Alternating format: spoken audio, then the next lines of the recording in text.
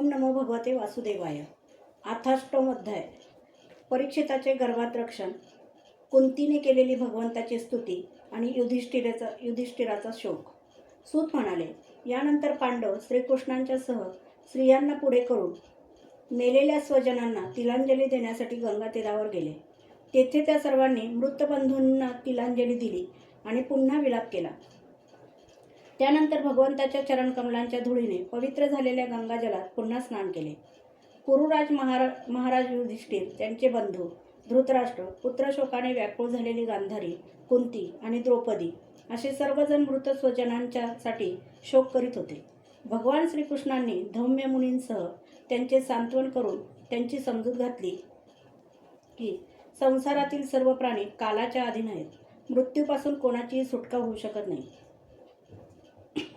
अशा प्रकारे धूर्त बंधूंनी कपटाने हिसकावून घेतलेले राज्य भगवान श्रीकृष्णांनी अजातशत्रू युधिष्ठिर महाराजांना त्यांना देऊन टाकले। तसेच द्रौपदीच्या केस सांभाराला स्पर्श केल्याने आयुष्य क्षीण झालेल्या दुष्ट राजांचा वध करविला। त्याचप्रमाणे उत्तम सामग्री आणि पुरोहितांद्वारे युधिष्ठिराकडून 3 अश्वमेध यज्ञ करविले। याप्रमाणे 100 यज्ञ करणाऱ्या इंद्राच्या यशाप्रमाणे युधिष्ठिराचे पवित्र यश दशदिशांत पसरवले।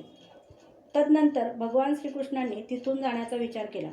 व्यास आदी ब्राह्मणांचा सत्कार करून पांडवांचा निरोप घेतला। त्या सर्वांनीही भगवान श्रीकृष्णांचा मोठा सत्कार केला।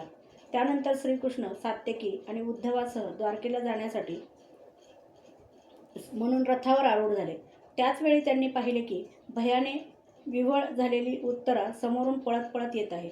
उत्तरा म्हणाली, देवादिदेव जगदीश्वरा, आपण महान योगी आहात, आपण माझे रक्षण करा। या लोकात मला अभय देणारा आपल्याशिवाय अन्य कोणीही नाही, कारण इथे तर प्रत्येकजण दुसऱ्याच्या मृत्यूलाच कारण होत आहे। हे प्रभो, आपण सर्व शक्तिमान आहात। तप्त असलेला हा लोखंडी बाण माझ्याकडेच वेगाने येत आहे। स्वामी, हा माझे खुशाल भस्म करो, परंतु याने माझ्या गर्भाला धक्का पोहोचवू नये। सूत म्हणाले, तिचे करुणावचन ऐकताच भक्तवत्सल भगवान समजून चुकले की अश्वत्थाम्यानेच पांडवांचा वंश नाहीसा करण्यासाठी ब्रह्मास्त्राचा प्रयोग केलेला आहे। हे मुनिश्रेष्ठ, जळत असलेले 5 बाण आपल्याकडेच येत असलेले पांडवांनी त्याच वेळेत पाहिले, म्हणून त्यांनीही आपापली अस्त्रे सज्ज केली। सर्व शक्तिमान भगवान श्रीकृष्णांनी आपल्या अनन्य प्रेमी भक्तांवर संकट आलेले पाहून आपल्या सुदर्शन चक्राने त्यांचे रक्षण केले। योगेश्वर श्रीकृष्ण सर्व प्राण्यांच्या हृदयात आत्मरूपाने विराजमान आहेत। पांडवांची वंश परंपरा चालू राहण्यासाठी त्यांनी आपल्या मायेने उत्तरेचा गर्भ आच्छादित केला। शौनका, जरी ब्रह्मास्त्र हे अमोघ आहे आणि त्याला प्रतिकार करण्याचा कोणताच उपाय नाही, तरी भगवान श्रीकृष्णांच्या तेजासमोर आल्यावर ते शांत झाले। हे आश्चर्य समजण्याचे काही कारण नाही, कारण भगवान श्रीकृष्ण तर सर्व आश्चर्यांचे निधान आहेत। ते स्वतः अजन्म असूनही आपल्या मातेच्या योगाने या विश्वाची उत्पत्ती, रक्षण आणि संहार करतात। जेव्हा भगवान श्रीकृष्ण जाण्यासाठी निघाले, तेव्हा ब्रह्मास्त्राच्या ज्वालांतून मुक्त झालेल्या आपल्या पुत्र आणि द्रौपदीसह सती कुंतीने या प्रकारे स्तुती केली। कुंती म्हणाली, आपण सर्व जीवांच्या बाहेर आणि आत राहत आहात, तरीसुद्धा आपण प्रकृतीच्या पलीकडील आदिपुरुष परमेश्वर असल्याने इंद्रिय आणि वृत्ती यांनी पाहिले जाऊ शकत नाही। मी आपणास नमस्कार करते। इंद्रियांद्वारा जे काही जाणले जाते त्याच्या तळाशी आपण विद्यमान असता, परंतु आपल्या मायेच्या पडद्याने झाकलेले असता। मी अज्ञानी स्त्री, अविनाशी पुरुषोत्तम अशा आपणास कशी जाणू शकेल? नटाचा वेश धारण करणाऱ्यास प्रत्यक्ष पाहूनही मंदबुद्धीचे लोक ओळखू शकत नाहीत, तसेच आपण आम्हास ओळखू येत नाही। आपण शुद्ध हृदयाच्या विवेकी जीवनमुक्त परमहंसाच्या हृदयामध्ये आपली प्रेममय भक्ती अंकुरित करण्यासाठी अवतीर्ण झालेले आहात। मग माझ्यासारखी अल्पबुद्धी स्त्री आपल्याला कशी ओळखू शकेल? हे श्रीकृष्णा, वासुदेवा, देवकीनंदना, नंदगोपांचे लाडके बाळ गोविंदा, आपणास आमचा पुन्हा पुन्हा नमस्कार असो। ब्रह्मदेवाचे जन्मस्थान असलेल्या, ज्यांच्या नाभीतून कमल प्रगट झाले आहे, ज्यांनी सुंदर कमळांची माळ धारण केली आहे, ज्यांचे नेत्र कमलाप्रमाणे आहेत, ज्यांच्या चरणांवर कमलाचे चिन्ह आहे, अशा तुम्हाला माझा वारंवार नमस्कार असो। हे ऋषिकेशा, दुष्ट कंसाने कैद केलेल्या आणि पुष्कळ दिवस शोकग्रस्त असलेल्या देवकीचे आपण जसे रक्षण केलेस, त्याचप्रमाणे माझे आणि माझ्या पुत्रांचे आपणच वेळोवेळी संकटातून रक्षण केले। आपण आमचे स्वामी आहात, सर्व शक्तिमान आहात, संकट निवारणाचे किती म्हणून प्रसंग सांगावेत. विष प्रयोगापासून, लाक्षागृहाला लागलेल्या भयानक आगीपासून, हिडिंबर इत्यादी राक्षसांच्या तावडीतून, दुष्टांच्या द्यूतसभेच्या वेळी, वनवासातील आपत्तीपासून, अनेक वेळा झालेल्या युद्धाच्या वेळी, महारथ्यांच्या अस्त्रापासून आणि आता अश्वत्थामाच्या ब्रह्मास्त्रापासून आपण आमचे रक्षण केलेत. हे जगद्गुरू, आमच्या जीवनात पावला गणित आमच्यावर संकटे येत राहोत, कारण संकटाच्या वेळीच आपले निश्चित दर्शन होते आणि दर्शनानंतर तर जन्ममृत्यूच्या फेऱ्यातूनच सुटका होते. उच्च कुळात जन्म, विद्या आणि संपत्ती यामुळे गर्विष्ठ झालेली माणसे तर आपले नाव घेऊ शकत नाहीत, कारण आपण स्वतःजवळ प्रापंचिक वस्तू आणि वासना न ठेवणाऱ्यांना दर्शन देता.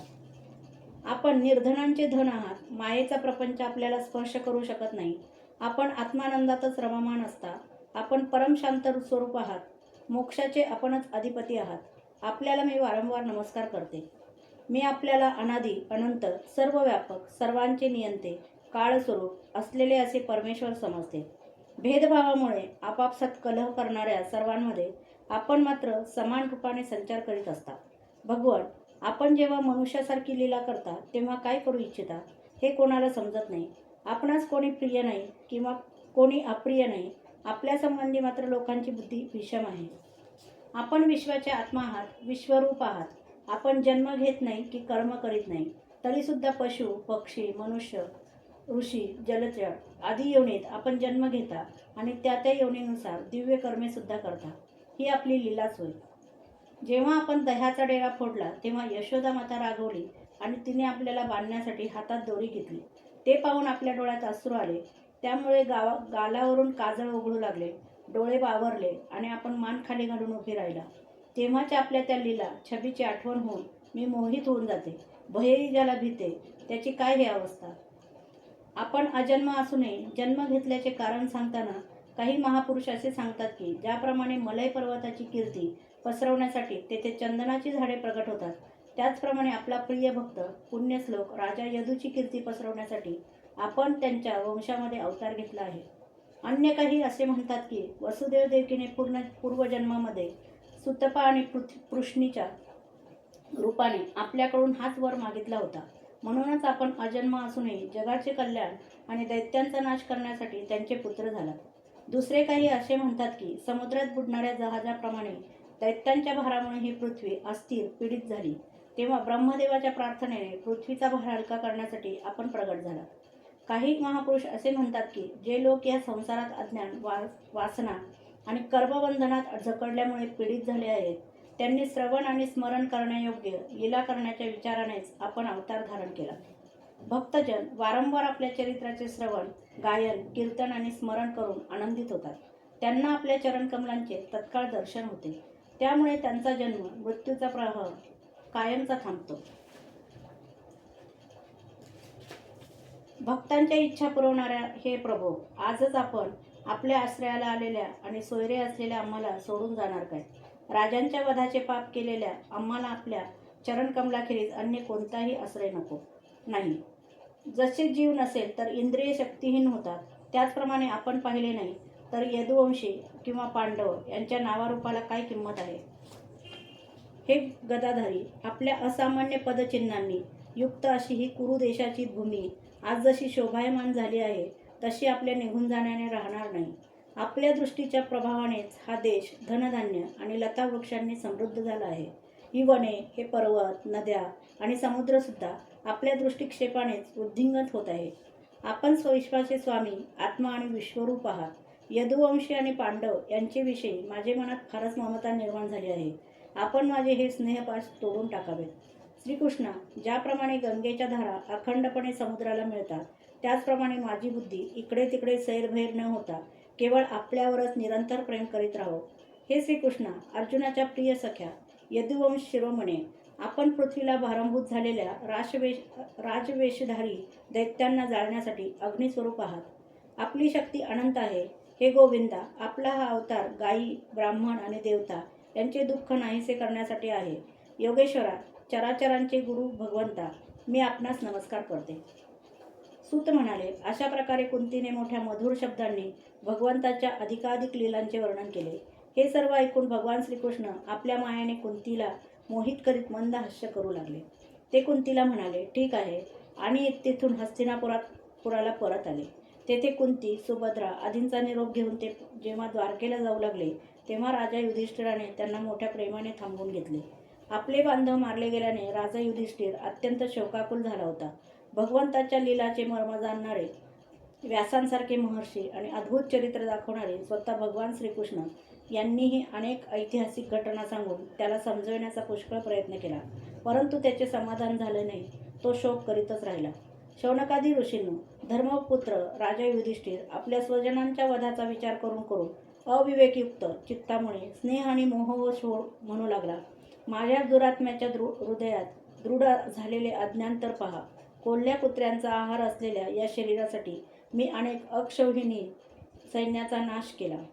मी बालक, ब्राह्मण, सोयरे, मित्र, काका, बंधू आणि गुरुजनांशी द्रोह केला आहे.